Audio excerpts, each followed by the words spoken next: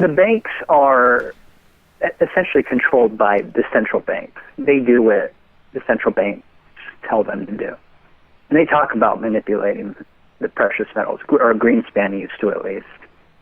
And, I think they make it a slap on the wrist, and it'll just be for show. I don't really think anything will come of it. I mean, I hope it would, but,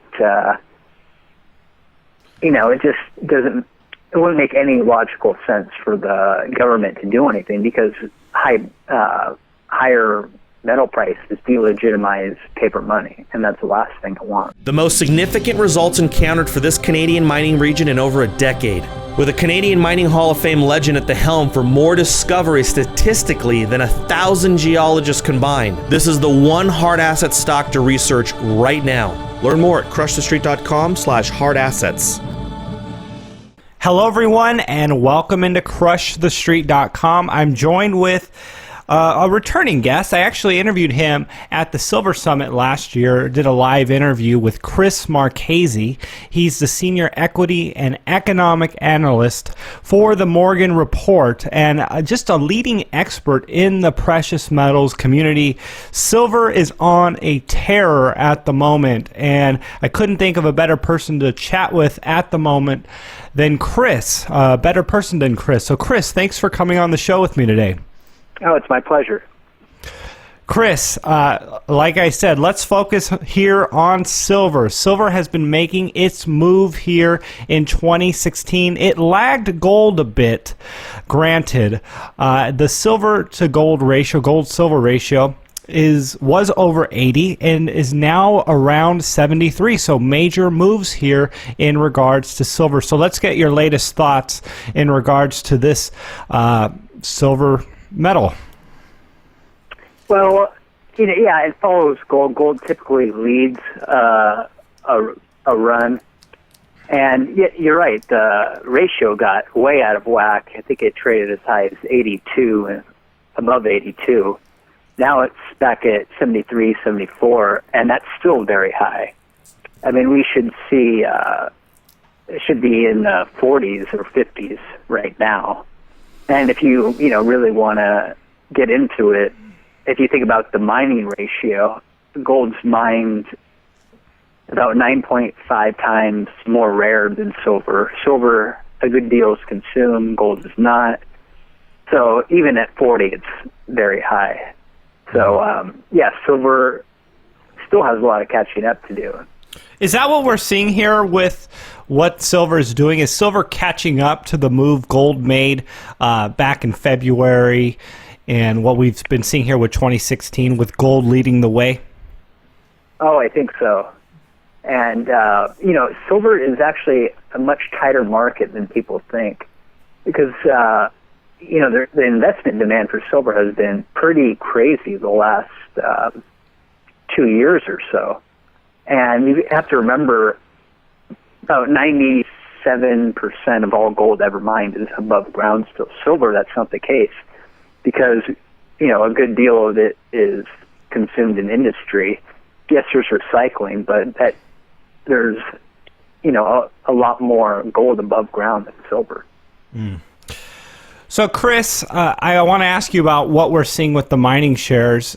We've been waiting really for precious metals to take off, and we actually saw the mining shares lead the way.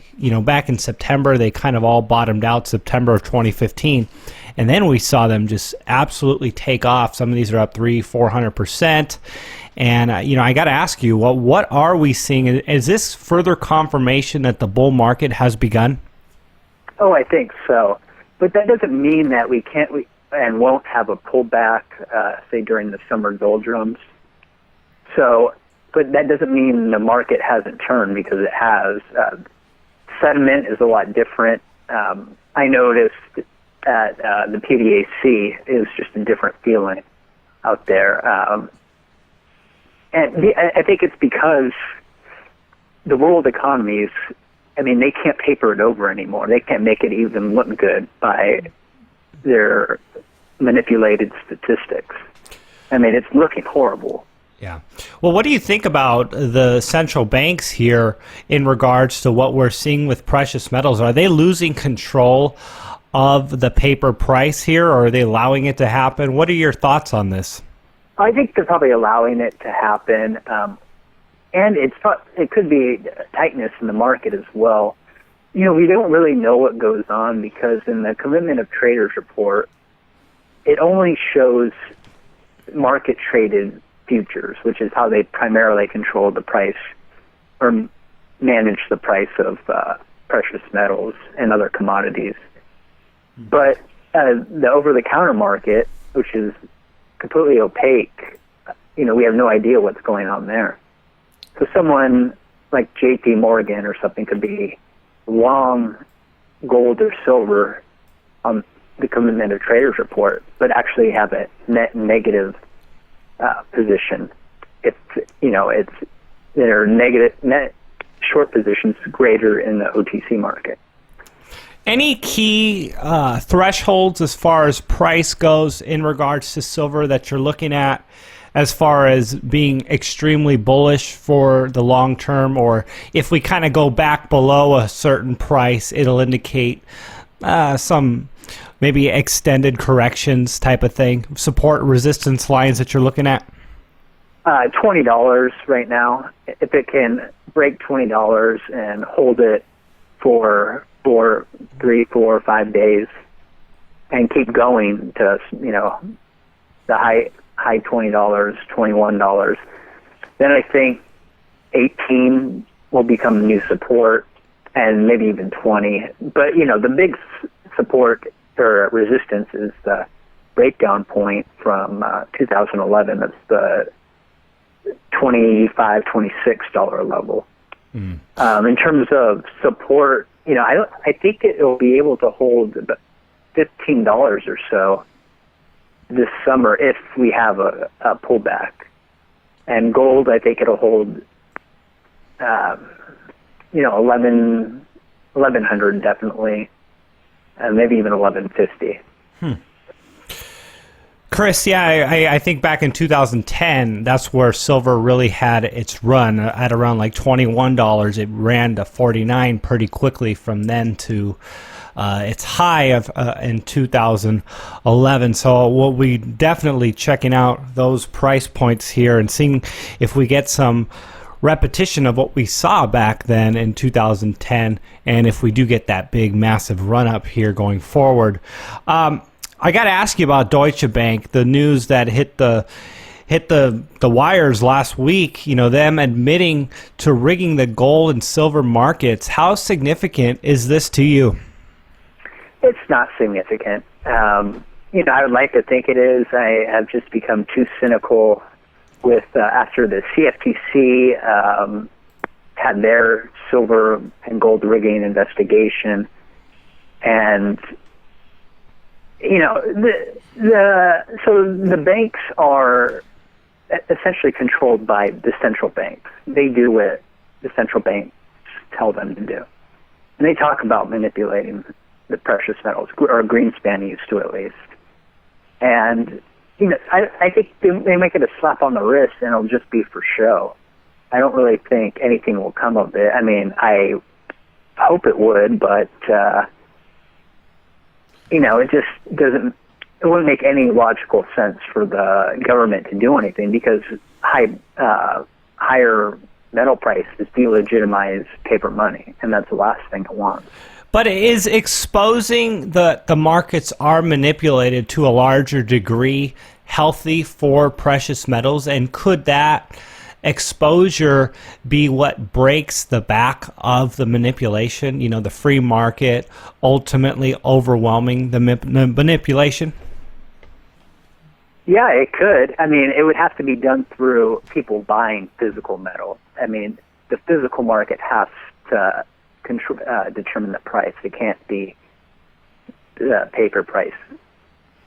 So they'll have to, they'll have to do more buying, of course. And I think, this very well could give people, wake some people up to like, oh, wow, this really is manipulated, because there's a lot of deniers out there.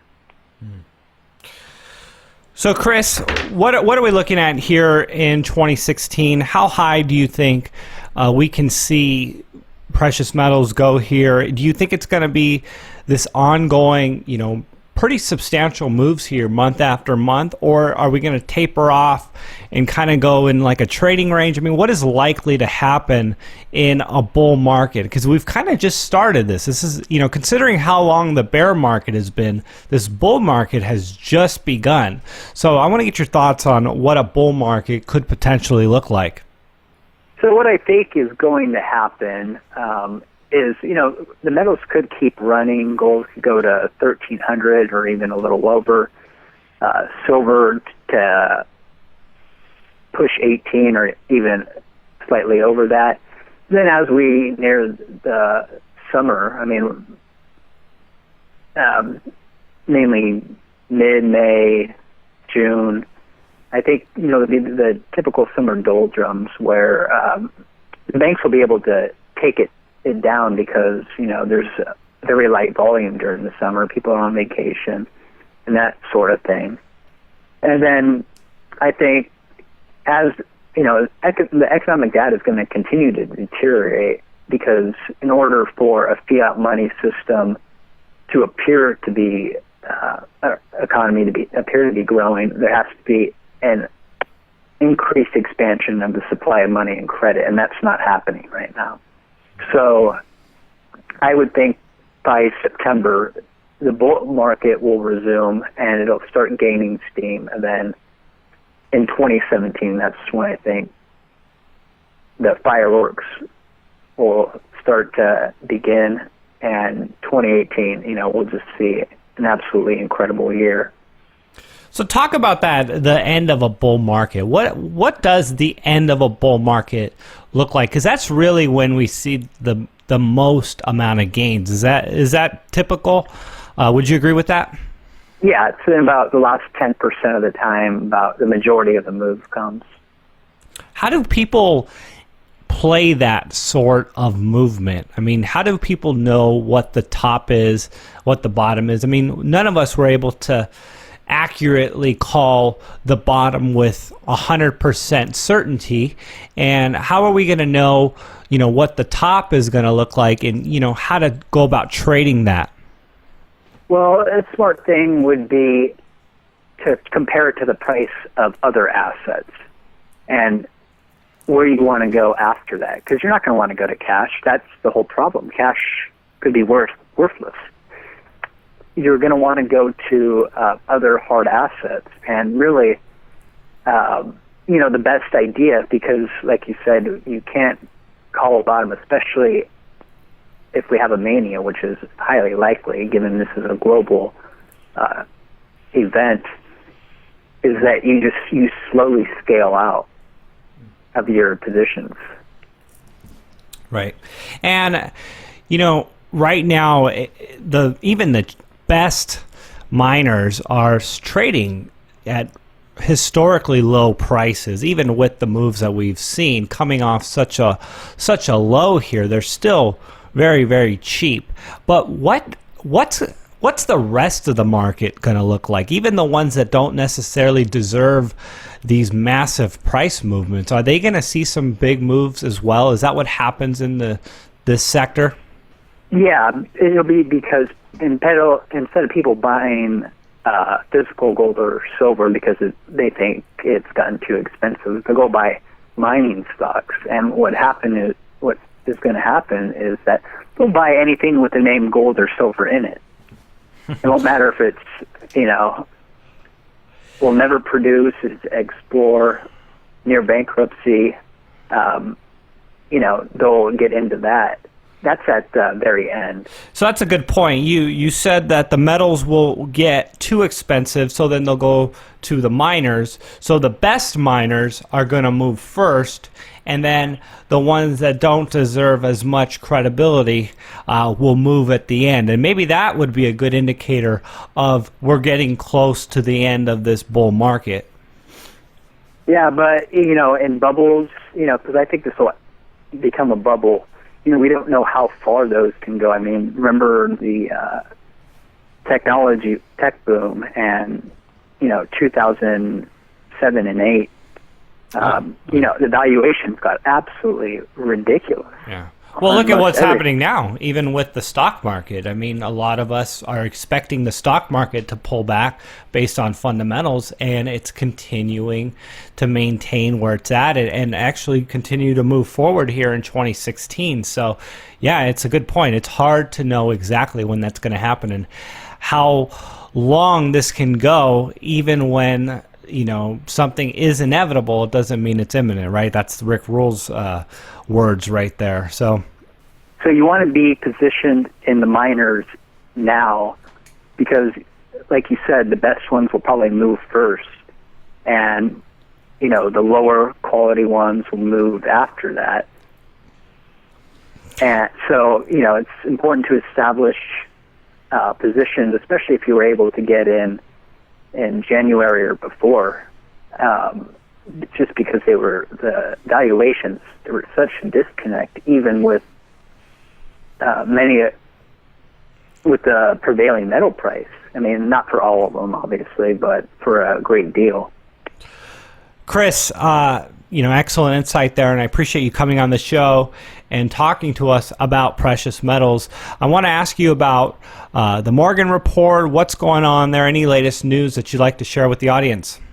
Yeah, so we've actually rebranded the Morgan Report. It's on a different domain. You still go to Silver Investor, but it redirects you to the morganreport.com because we cover more than silver and gold, which not many people really know.